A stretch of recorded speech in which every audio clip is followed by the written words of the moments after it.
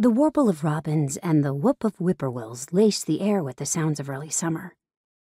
The energy of the chirpy melodies put an extra pep in my step. I can't believe what a beautiful week we're having. I waved and cooed at my 15-month-old gorgeous niece, Journey, and her equally adorable brothers, Jackson and Jericho, who were sitting in a jogger stroller, waiting mostly patiently as their mother, my bestie Nadine Booth, strapped them in. The sleek and wide stroller was specifically built for triplets with seating for 3. "Yes, we are," I said in a slightly higher voice meant just for them. They rewarded me with toothy grins, Journey with more teeth up top than her brothers. The dark cinnamon hair and green eyes mirrored their father's and mine. The Mason genes were strong in them. It made me smile. "Agreed, Lily. Such a pretty day," Reggie Crawford, our other BFF, said. Reggie was a doctor, the elected town coroner, and a board-certified medical examiner. "It sure is," Nadine said as she finished securing her babies. She was my Uncle Buzz's partner and a deputy sheriff for our country. Buzz had become like an older brother to me since I'd moved to the Boothiel, and Nadine was the sister I'd always wanted. Reggie was weirdly my mother-in-law now since marrying Parker's dad, Greer. It had been an intimate ceremony, long overdue, with only a handful of friends and family.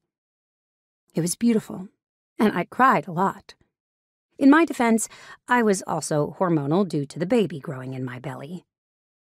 "Ready?" Nadine said triumphantly as she unlocked the wheels of the stroller. "Let's do this." By this, she meant taking the kids for a walk on the beautiful new walking trail at the city park. Moonrise Parks and Recreation had done a lovely job of paving the 2-mile path. It had several rest areas with benches, along with some picnic tables dotted through the grassy center. They even had a brand new playground. The upgraded bathrooms with running water centrally located in the park were a chef's kiss for this pregnant cougar shifter. Since it was Saturday, there were a lot of people and dogs on the trail, and I was glad I'd decided to leave Smooshie at home. I'd make it up to my big-headed girl later.